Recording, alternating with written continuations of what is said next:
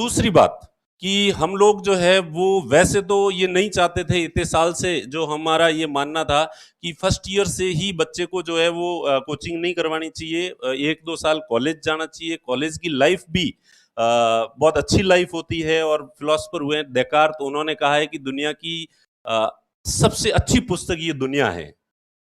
दुनिया की सबसे अच्छी पुस्तक ये दुनिया है। आप लोग को और हमें लगता है कि हम ज्यादातर चीजें बुक्स से सीखते हैं, नहीं, बुक्स से नहीं सीखते हैं। हम लोक व्यवहार से, पब्लिक बिहेवियर से सीखते हैं। लोगों के साथ उठते हैं, बैठते हैं, घूमते हैं, फिरते हैं, इन चीजों से जो है वो हम लोग सीखते हैं। तो ये दुनिया भी अपने आप में एक बहुत अच्छी किताब है। और इस दुनिया को आप, समाज को जितना ढंग से नजदीक से देखोगे, इससे जितनी चीजें आपको सीखने को मिलेगी, इतनी चीजें बुक्स नहीं सिखा सकती। बुक्स केवल दुनियादारी का आपका जो नॉलेज है और उसको पॉलिश करना है, उसको और इंक्रीज करना है, तो बुक्स का जो है रोल होता है। तो इसलिए हमारा ये मानना है कि बच्चा कॉलेज जाता है, कॉलेज में स्कूल से वो आजाद हुआ है, और आजाद होके अब उसको यूनिफॉर्म नहीं पहननी है, अब उसको बैग नहीं उठाना है, और अब उसको रेगुलर नहीं जाना है। मर्जी हो तो जाए, जैसे कपड़े पहनने चाहे वैसे पहने, एक रजिस्टर लेके जाए या वो भी लेके नहीं जाए, तो ऐसी आजादी जो है वो फील करे बच्चा। तो और हमें पता नहीं, हम तो 11th से इंतजार कर रहे थे कि कॉलेज कब आएगा, कॉलेज कब आएगा। और कॉलेज आते ही हमें ये लगता था, एक तो पीटीआई साहब का डंडा नहीं होगा, क्योंकि हमारे जो स्कूल में पीटीआई साहब थे वो गेट के ऊपर खड़े ही रहते थे, और हम थोड़े से जब लेट हो जाते थे तो जो है वो डंडे खा खा के ही स्कूल के अंदर घुसना पड़ता था। उस डंडे से तभी बच सकते थे जब आपकी स्पीड डंडे की स्पीड से तेज हो।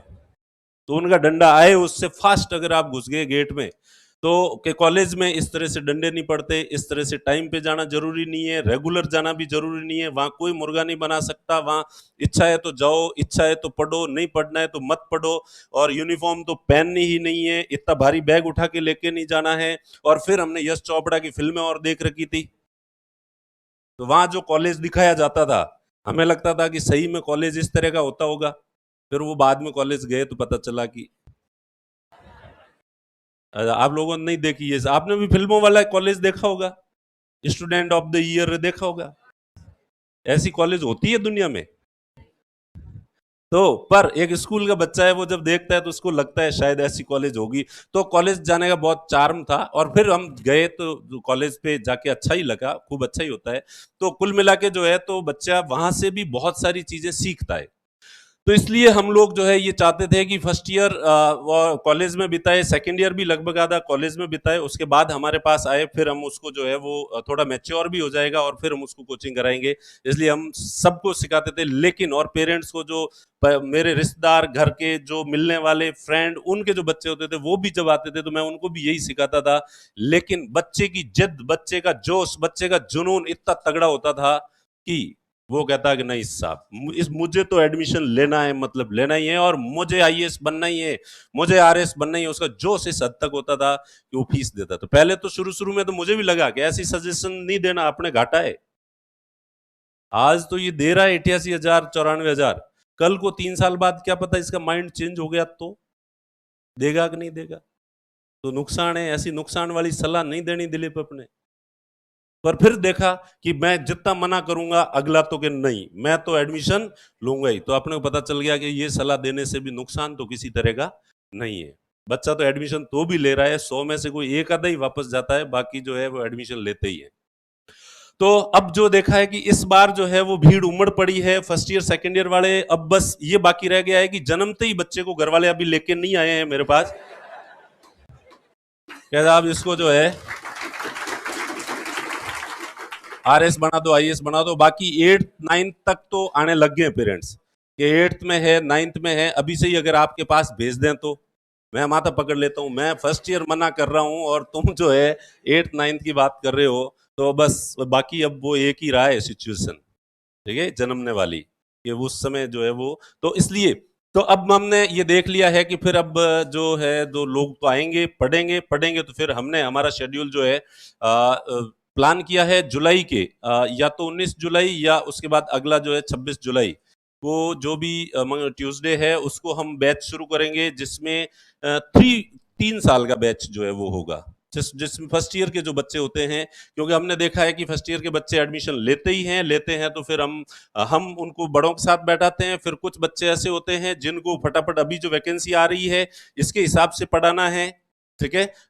किसी को अगले साल की वैकेंसी के हिसाब से पढ़ाना है, और जबकि फर्स्ट ईयर वाले बच्चे को 3 साल बाद एग्जाम देना है, तो वो फिर उनके साथ कवर नहीं कर सकता कि एक फाइनल ईयर किया हुआ स्टूडेंट बैच में बैठ रहा है और एक फर्स्ट ईयर का बच्चा है, तो वो दोनों में थोड़ा मैच्योरिटी का फर्क होता है। तो इसलिए आप में से जो लोग भी फर्स्ट ईयर के हैं या सेकेंड ईयर के हैं, तो जो 3 साल तक एलिजिबल नहीं होने वाले हैं या 2 साल तक एलिजिबल नहीं होने वाले हैं, कृपया उनके लिए जो है हम 3 साल का बैच जो है वो शुरू करेंगे जुलाई महीने के अंदर।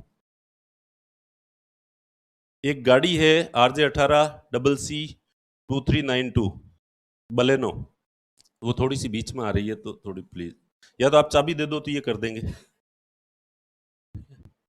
तो ये जो है प्लीज, तो वो बैच बिल्कुल अलग होगा, उसका तरीका अलग होगा, वो उन बच्चों के हिसाब से ही वो जो है वो बना हुआ बैच जो होगा, तो आप उसके लिए जो है उसमें एडमिशन लें। ठीक है, तो ये आप जो है सभी लोगों को बता दें। आज ही जो आए हुए हैं फर्स्ट ईयर के बच्चे, वो प्लीज जो है थोड़ी देर इंतजार कर लें, अभी जल्दबाजी करने की बजाय। और इसके बारे में डिटेल में शेड्यूल जो है वो हम अगले 2-4 दिन में जो है वो जारी कर देंगे।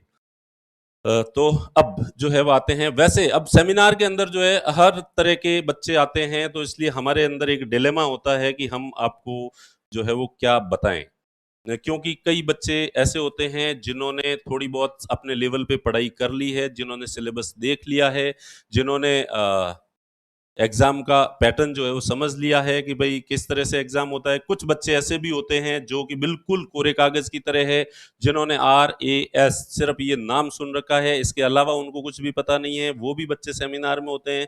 तो सबसे पहले तो मैं एग्जाम का हल थोड़ा सा पैटर्न बता देता हूँ आपको कि अभी जो कोर्स अपन शुरू करने वाले हैं, जो 12th पास करके जो स्टूडेंट आ रहे हैं, 12वीं पास करने वाले जो स्टूडेंट जितने भी आ रहे हैं, उन लोगों के लिए IAS और RS की प्रिपरेशन के लिए फाउंडेशन बैच अपन शुरू कर रहे हैं, जो 3 साल का कोर्स होगा।